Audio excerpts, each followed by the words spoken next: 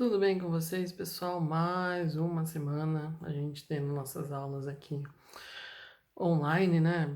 Praticamente, embora eu tô gravando os vídeos para vocês assistirem, não é necessariamente uma aula online, mas ah, conta como se fosse, né? Parecido com uma, né? Uma aula aí para vocês irem estudando até que a gente volte. Não sabemos ainda, né, se a gente vai voltar logo, se daqui a algumas semanas a gente já vai estar se vendo, se vai ter mais alguns meses aí, certo? Nada se sabe ainda, a gente está conversando para ver como que vai ser tudo isso daí. Então, nenhuma novidade nesse ponto, tá? Esse vídeo que eu estou gravando para vocês agora é para os 8º anos. Vocês vão notar que nessa semana eu gravei uma videoaula só, tanto para o 8º quanto para o 9º. E no caso do 8º ano eu gravei uma videoaula só porque eu também estou mandando um filme para essa semana, tá? A videoaula que eu vou fazer agora para vocês não tem nada a ver com o assunto da semana, tá?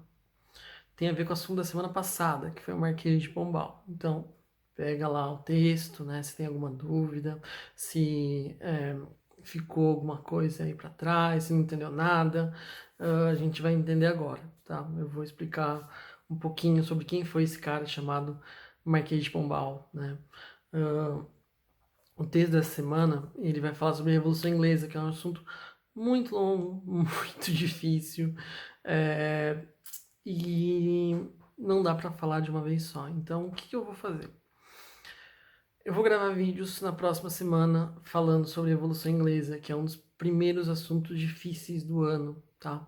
Depois de Revolução Inglesa, né, a gente vai para a Revolução Industrial e as revoluções aí que marcam a segunda metade do ano, porque sim, a gente já está mais da metade do ano, né? Estou gravando esse vídeo de dia 14/6, então a gente está literalmente na metade do ano, literalmente, né? Bom, agora a gente vai entrar em assuntos muito mais chatinhos, a gente vai parar com o Brasil aqui, tá? Essa minha videoaula vai ser a minha última videoaula sobre o Brasil. Quando a gente voltar, a gente vai rever tudo, mas a partir de agora, nas próximas videoaulas, vocês vão ver que os assuntos vão ser sobre Europa, né? Inglaterra, a gente vai falar muito de Inglaterra a partir de agora, depois França, né? Revolução Francesa, etc. Embora eu espero que a gente fale de Revolução Francesa já em sala, tá, pessoal? Revolução Francesa é o último assunto do ano, então vamos torcer para que esse seja já na nossa sala de aula, tudo bonitinho, né? E bacana, tá? Mas vou falar então do Marquês de Pombal hoje, só pra gente entender um pouquinho do que eu trabalhei na semana passada. Só pra, de novo, só pra deixar claro, o texto da semana trata de Revolução Inglesa. Para entender um pouquinho melhor, pega um texto que eu passei umas semanas atrás sobre absolutismo, é, para vocês também não confundirem. O filme não tem necessariamente nada a ver com o assunto dessa semana também, tá? Então são três coisas diferentes. A minha videoaula é uma coisa, tá? Sobre o assunto da semana passada. O texto é um outro assunto, tá? Inglaterra é o assunto da próxima videoaula, que eu provavelmente vou ter que fazer duas. E o filme é o assunto da próxima semana, né? De algumas próximas semanas aí mais pra frente, que vai ser Revolução Industrial, tá? Uma mais difícil, na verdade não é difícil, a Revolução Industrial é tranquilo, mas é longo, né? A Revolução Inglesa é bem chatinho, bem complicadinho, bem dificilzinho de estudar, tá? Então, Marquês de Pombal, rapidinho, o assunto de hoje é bem tranquilo, né? Quem era? Quem foi esse cara, né? Por que o nome Marquês de Pombal? E o que ele tem a ver com o Brasil, né? Já que a gente tá falando de Brasil. Bom, a gente tem que falar de Marquês de Pombal porque ele foi o principal e mais importante governante brasileiro da época colonial, tá? Então não teve nenhum outro grande governante tão importante quanto foi o Marquês de Pombal. O nome dele era Sebastião José de Carvalho e Melo. Marquês de Pombal era o título dele, né? Ganha-se esse título se você era um nobre, uma pessoa nobre com terras, com posses, você ganhava do rei normalmente, um título nobiliárquico. No caso do Marquês de Pombal, ele era, obviamente, marquês, né? Quais são os títulos nobres? Eu já falei muito isso pra vocês quando a gente falou de Idade Média. Barão, duque, conde, isso são títulos de nobre, tá? O Marquês de Pombal era marquês, né? E como que ele chegou nessa situação de governar o Brasil nesse período? Simples. Simples não, nem tão simples, né? O rei de Portugal no momento era um rapaz chamado Dom José, né? José I. O Dom José, ele teve um sonho, certo? Na verdade, vamos contextualizar, contar a história inteirinha, né? Antes de eu chegar na parte do sonho. Mas o Dom José, ele era uma pessoa extremamente religiosa, tá? Uma pessoa muito religiosa, muito católica, muito certinha nesse ponto. E na metade do governo dele, né, num período ali mais conturbado, mais de crise, teve um terremoto que arregaçou com a cidade de Lisboa. Acabou com a cidade de Lisboa. Lisboa, capital de Portugal até hoje. Destruiu tudo, gente. Detonou a cidade de Lisboa. Muita gente morreu. Foi uma das catástrofes mais horríveis que Portugal passou na sua história inteira. Até hoje, eles vão lembrar desse terremoto de Lisboa como um dos piores momentos da história de Portugal. Tá? O Dom José, como qualquer governante na situação dele, né, ficou com medo. Não sabia o que fazer, como governar o país a partir daquele ponto, como ele ia acabar com a questão da crise financeira, né? Muita gente acabou morrendo,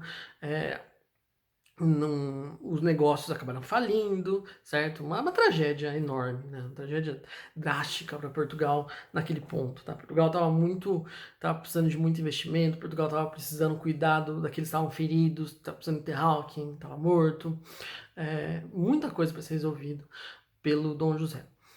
Só que o Dom José teve medo, né? Como qualquer governante, naturalmente, vai ter medo nesse momento, não sabe o que fazer. Tá? O Dom José não sabia o que fazer. O rei, então, é, ele titubeou, vacilou, não sabia naquele momento como agir.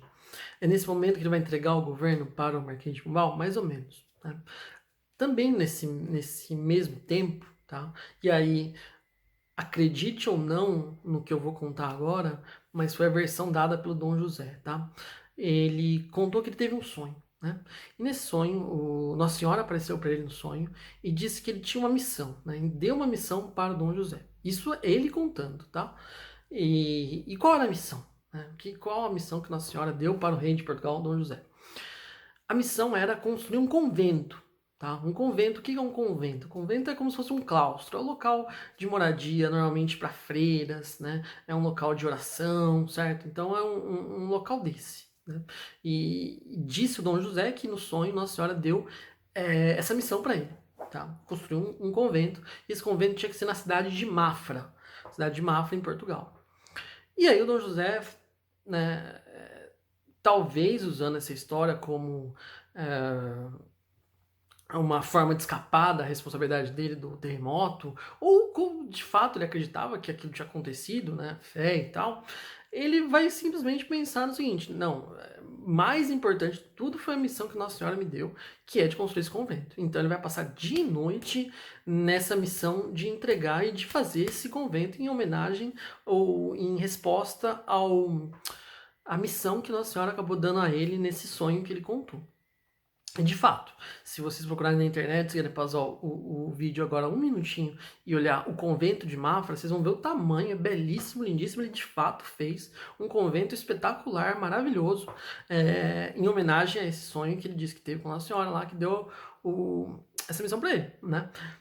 Seja verdade ou não, o convento tá lá, foi feito. De fato, o Dom José, não pensem que ele deu de ombros e falou: faz aí, boa, né? Não tem nada. Não, ele ia dia e noite, praticamente todos os dias na construção, ele verificava, ele acompanhava. Então ele abraçou essa obra, ele abraçou esse projeto e fez, tá? Não pensa que ele simplesmente falou, pegou um projeto paralelo, deu para outras pessoas e, né, para escapar de tudo e ficar de boa. Não, o Dom José mergulhou nesse projeto e fez, tá?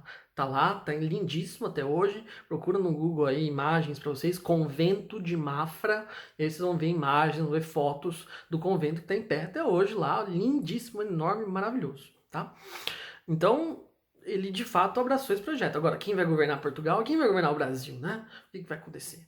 E é nesse momento que o Marquês de Pombal entra na história. O Marquês de Pombal era um ministro já de antigo, um dos ministros de maior confiança do, do Dom José, né? Ele trabalhou como ministro das Finanças, foi embaixador na Inglaterra, tudo do canto do mundo. Ele tinha muita experiência, um cara sabido, inteligente, não era um qualquer. E se tratava do preferido do Dom José, vamos dizer assim, o ministro preferido, né, do Dom José com relação aos políticos do período. É para ele que o Dom José vai entregar o governo. Toma que o filho é teu, se vira, resolve esse problema. Eu não sei como agir, esse terremoto acabou com tudo. Eu tenho a minha missão ali, que é de fazer o convento. Então, se vira. Tá? Toma que o filho é teu. Vai lá, vê, tira dinheiro do Brasil, faz alguma coisa, governa aí que o negócio tá feio para mim. Foi isso que aconteceu. E o Marquês de Pombal, o Sebastião José de Carvalho Melo, né? Esse nosso ministro aí vai governar então, né? Deu na mão dele, deixa comigo. O que a gente tem que saber sobre o governo do Marquês de Pombal, tanto Portugal como o Brasil? Primeiro, que nunca perder isso da cabeça. A principal. O principal objetivo do Marquês de Pombal durante todo o seu governo era reconstruir Lisboa, tá? Não esqueçam disso, porque se a gente entender que ele sempre vai ter em mente que ele precisa reconstruir a capital de Portugal, enterrar os mortos, salvar os feridos, criar empregos, pagar dívidas, reconstruir a cidade, sei lá o que for, a gente vai entender melhor as atitudes dele com relação ao Brasil, né? Por que eu tô falando isso primeiro? Porque a gente vai ver que existem dois Marquês de Pombal, vamos dizer assim. Existe como os portugueses veem o Marquês de Pombal e como os brasileiros veem o Marquês de Pombal até hoje, né? Então a figura dele é muito polêmica na história. Portugal vê ele como um grande herói, né? Porque de fato vai reconstruir Lisboa mesmo, depois do grande acidente que foi o terremoto. E os brasileiros, né, ou no caso os portugueses que tinham nascido no Brasil, vão ver ele de uma forma horrível, né? E de fato ele foi bem dual ali com relação ao Brasil, tá? O Marquês de Pombal ele tinha um objetivo de modernização. Ele não era um antigo, um antiquado, um cara com ideias velhas, né, obsoletas, não. Ele era um cara moderno, um cara de progresso, um cara de vamos melhorar, vamos fazer uma coisa diferente, assim não tá dando, assim é muito velho. E Portugal, desde muito tempo, era um estado, era um país muito tradicionalista, muito, mas muito conservador. Portugal, o Pombal chegou lá e falou: bom, a gente tá na desgraça, me deram essa missão, eu tenho que refazer tudo do meu jeito e vamos lá. E aí começou com as ideias progressistas e modernas dele, tá? E não só com relação a Portugal, com relação ao Brasil também, né? Uh, Antes de eu chegar na parte que, na verdade, a gente vai perceber com a medida que eu vou falando que quase todas as medidas do Marquês de Pombal com relação ao Brasil, elas são controversas, tá?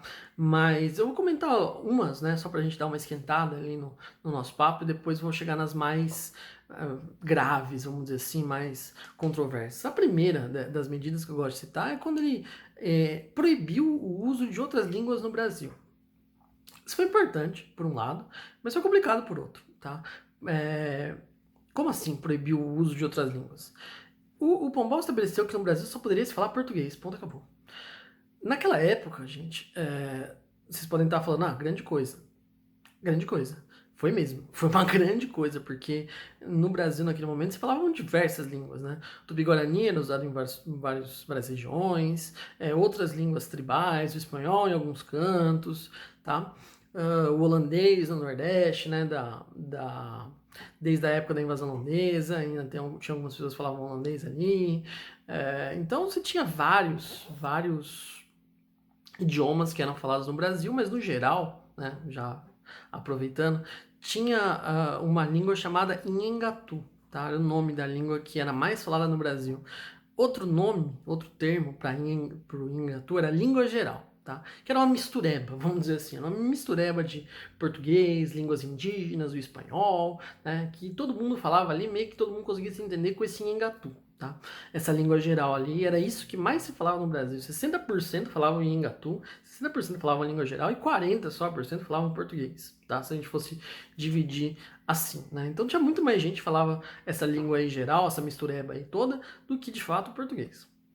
o Pombal ele vai colocar como obrigatoriedade o uso da língua portuguesa no Brasil. Foi importante, né, de um certo lado, né, para estabelecer uma padronização da fala, da leitura, da escrita no país, né, mas foi extremamente danoso porque vai contribuir para uma imagem negativa dele, porque o Pombal, para colocar obrigatoriedade nisso, ele vai começar a multar pessoas que falassem o Engato em público e, em alguns casos, prender essas pessoas. Tá? Então a imagem do Pombal já começou a ficar arranhada nesse momento. O cara prende as pessoas que não estão falando a língua que ele estabeleceu como obrigatória, que no caso era o português. Tá?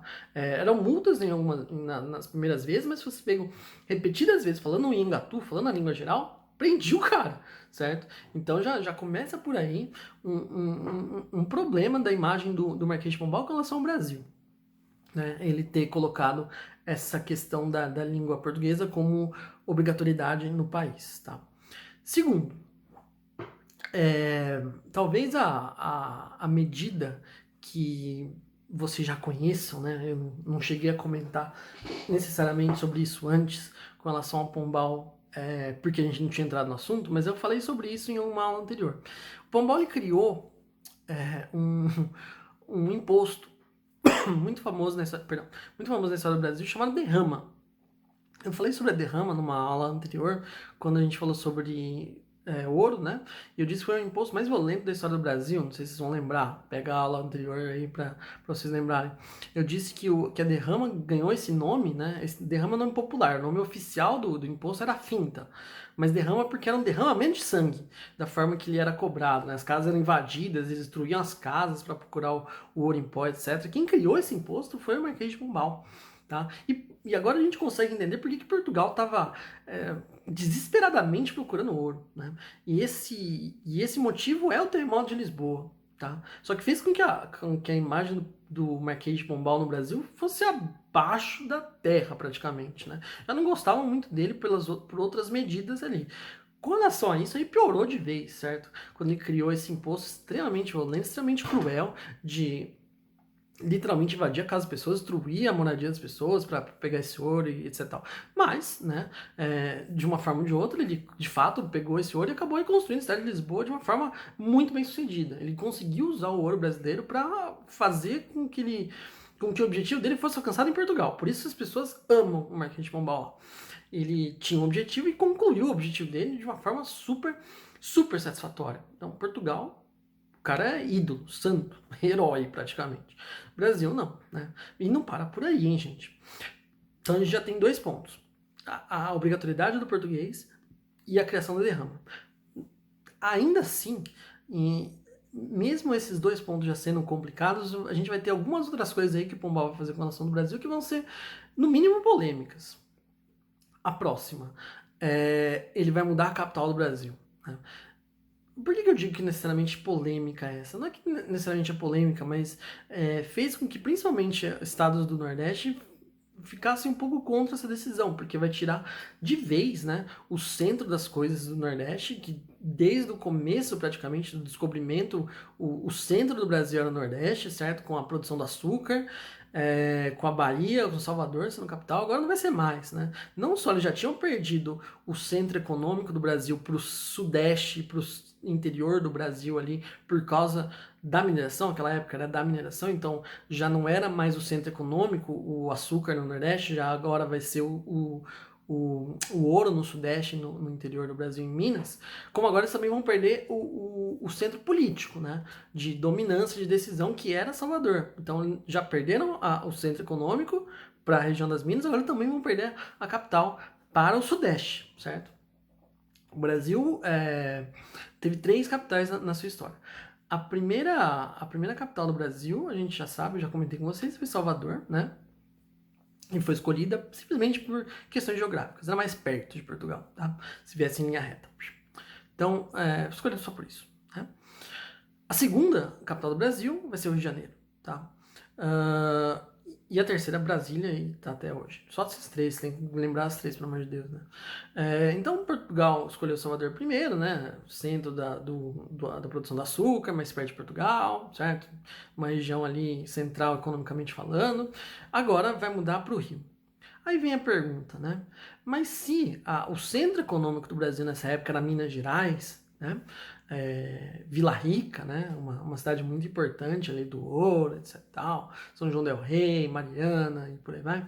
Por que Rio de Janeiro e não o centro, né? Por que não Vila Rica, né? Que hoje é Ouro Preto, né? Alguma cidade ali de Minas Gerais. Por que não uma ali e por que o Rio de Janeiro, então? Tá? Bom, os motivos da mudança, né, antes da gente falar sobre isso, vão ser simples, tá? Como o centro financeiro do Brasil naquele momento era o interior do país, Minas Gerais especificamente, se tivesse uma rebelião, uma revolta em Minas, e estavam tendo várias, né, como foi a revolta de Vila Rica, por exemplo, teve uma revolta ali de um cara chamado Felipe dos Santos, e outras tantas que estavam acontecendo ali, e os roubos que aconteciam, que a gente já falou sobre eles.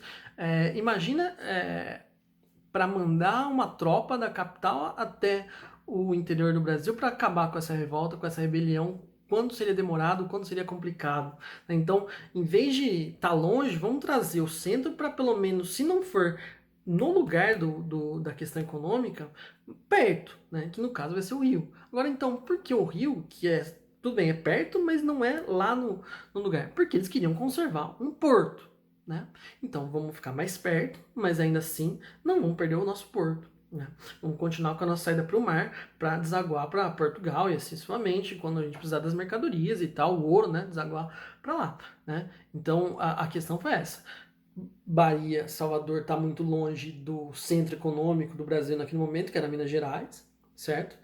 Do centro dos problemas também, das revoltas, rebeliões do período. Então, vamos trazer mais perto, mas também não vamos ficar no centro do econômico, né, junto lá em Minas Gerais, porque a gente não quer perder um porto. Então, o Marquês de Pombal, uma forma brilhante, na verdade, pensando nesse assunto, falando sobre essa mudança da capital, ele de fato fez uma decisão bastante interessante, progressista, moderna, se a gente pode até falar dessa forma, com essa mudança da capital. Polêmica, porque principalmente os estados do Nordeste do Brasil não aceitaram muito bem essa decisão, porque já tinham perdido o centro econômico, agora estão perdendo também o centro político do Brasil para o interior e para o sul e para o sudeste do país. Né? Então, assim que Rio de Janeiro se tornou a nossa capital, depois de alguns anos, tá? É isso aí, século XVIII. Né? Então, mais uma decisão aí do Pombal, a mudança da capital do Brasil. Outra, o Pombal vai acabar com as capitanias hereditárias. Né? Lembra que a gente falou algumas aulas atrás que o Brasil é dividido em grandes, enormes faixas de terra, chamadas capitanias hereditárias? Isso vai sumir e ele vai criar o sistema de províncias. Tá? O que é uma província? É o primo antigo do estado. Né? Hoje a gente tem o estado de São Paulo, o estado de Minas. Antes a gente tinha províncias. Província de Minas Gerais, né? Ou Minas de Ouro, província de São Paulo, província do Rio de Janeiro, província do Grão-Pará e pá. Tá? É o primo velho do Estado. Né? Então, um sistema muito mais próximo do nosso atual. Né? A capitania hereditária era muito antigo, muito ultrapassado já naquele momento. O Pombal vai extinguir. Não temos mais capitanias, a gente vai ter a partir de agora províncias, que é muito parecido com os estados atuais. Tá? Que mais? Outra para mostrar que o Pombal também não fez só decisões polêmicas e cruéis com relação ao Brasil, tá? É a diversificação da produção do país. O Brasil naquela época, eu já falei para vocês que é, que ele tinha, na verdade, duas escolhas, né? Ou no litoral do Brasil você tinha a produção de açúcar, certo? No litoral, principalmente no Nordeste do Brasil, uma grande produção de açúcar ainda, tá? Ou, né, o interior do Brasil com ouro, mas praticamente era só, certo? Então, o Brasil não estava diversificado necessariamente. O Marquês de Pombal vai pensar nisso, né? Principalmente vendo como o açúcar entrou em crise no final do século XVII, quando os holandeses foram embora daqui. Ele falou, o açúcar quebrou, né, uma vez, né? Ainda tem uma grande produção no Brasil, mas o açúcar já não puxa mais o Brasil lá para cima. E o ouro também não, então a gente precisa diversificar, precisa plantar outras coisas no Brasil. E é assim que vão aparecer plantações de outros tipos de produto, como tabaco, como arroz, algodão, borracha, né? Não produção, mas extração, borracha, no caso, em alguns outros lugares. Então, essas coisas vão começar a aparecer também, tá? E, claro, nenhuma delas vai rivalizar com a produção do açúcar e nem vai chegar perto do café, que está chegando aí já na nossa história, mas vai ser importante, porque o Brasil não vai mais precisar depender nem mais necessariamente só do açúcar, nem necessariamente só do ouro, que também já está se esgotando, né? Então, uma decisão muito interessante de diversificar. Vamos plantar outras coisas, tá? Vamos plantar mais coisas no Brasil, tabaco, algodão, arroz, sei lá o quê, e aí a gente não precisa só depender do açúcar e do ouro. Se der ruim, a gente tem outras opções, tá? Agora, a decisão mais polêmica que eu deixei para o final, né? Pra gente só encerrar esse vídeo aqui. O Marquês de Pombal, como eu já comentei com vocês, um cara progressista, moderno, que tem decisões polêmicas em alguns casos, né? A obrigatoriedade do português, a criação da derrama, né? Esse imposto aí muito violento, muito cruel.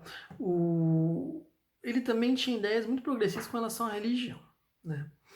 O que eu quero dizer com isso? Bom, talvez eu já tenha falado, talvez não sei dizer necessariamente, mas boa parte da educação naquele momento era ligada à religião, à religiosidade, né? Então, no caso do Brasil principalmente, né? Na Europa isso já estava desgarrando um pouco, tá? Mas durante muito tempo, principalmente quando apareceram as universidades na Idade Média, que a gente falou no passado, era uma educação muito ligada à religiosidade, e vocês já sabem disso porque a gente já falou sobre isso, né? Então, a igreja dominava os saberes, a igreja dominava todos os conhecimentos praticamente, ensinava da sua forma, e as universidades eram muito ligadas a isso na Idade Média. Quando teve o Renascimento, que a gente estudou no começo do ano, Reforma Protestante e outras coisas, a gente viu cada vez mais, né, isso foi desgarrando da igreja, esse conhecimento acabou passando, tá? Não era só a igreja que dominava. Agora, nas colônias, tá? Principalmente na América, esse domínio ainda estava com a igreja, né? Então, especificamente na região da América, você tinha uma dominação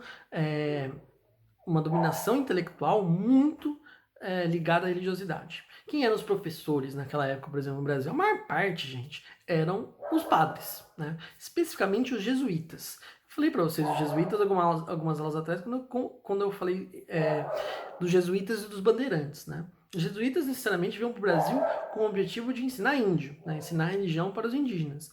Mas, né, no começo, tá? No começo da colonização brasileira, eles também literalmente foram usados como os primeiros professores do país. Então eles davam aula, que eles alfabetizavam, davam aula de história, davam aula de matemática, porque não tinha professor, né? Então o que o Pombal vai fazer? O Pombal acreditava que a educação, e de uma forma muito moderna para aquela época, tá? Ele acreditava que a educação ela não podia estar totalmente ligada com a religiosidade, de forma que você tinha que desgarrar as duas coisas de vez, né? Então religião é uma coisa, você aprende religião na igreja, com os padres, com os bispos, com os jesuítas, sei lá com quem, e educação se aprende com professores formados. Para isso, o Pombal vai criar em Portugal uma universidade muito prestigiosa. Na verdade, não é ele que vai criar, mas ele vai dar um incentivo muito grande à criação, à Universidade de Coimbra. Tá? Então, uma universidade que existe até hoje, uma universidade enorme, muito importante de Portugal, a Universidade de Coimbra, e muito incentivada pelo Marquês de Pombal, e vai pensar o seguinte: a gente vai formar professores, certo? Vamos formar professores nessa nossa universidade e a gente vai mandar eles para o Brasil, tá? E eles vão assumir essas aulas, né, que os jesuítas dão no país, certo?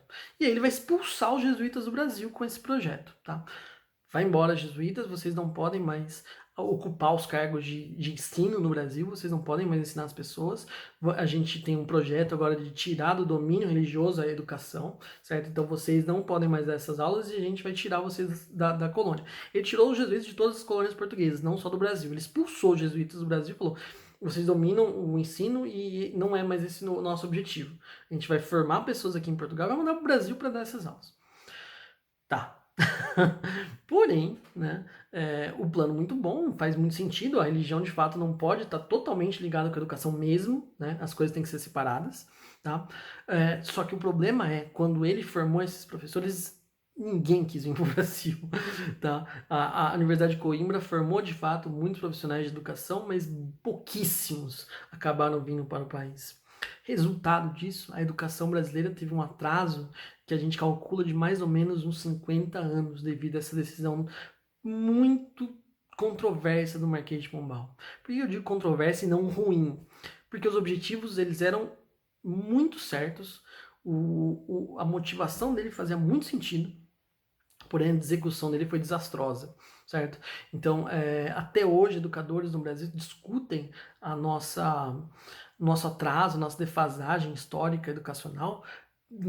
Eles voltam sempre nessa decisão do Marquês de Pombal de tirar os jesuítas daqui. E falam, é aí que começou esse problema todo. Se a gente está atrasado hoje nos nossos métodos, nossa forma de educação, etc. Tal, pode ter certeza que o momento que isso começou todo foi com o Marquês de Pombal.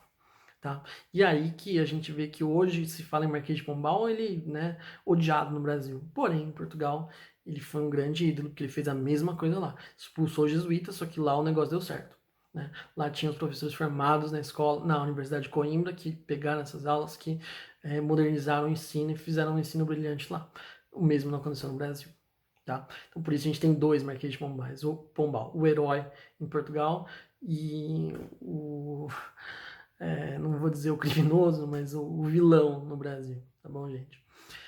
É isso, né? O Marquês de Pombal, com a morte de Dom José e a passagem do poder para Dona Maria, que vai ser conhecida como Dona Maria Louca, ele vai cair em desgraça. Ele fez muitos inimigos no período que ele foi, que ele governou Portugal e Brasil, e o cara que protegia ele era o rei.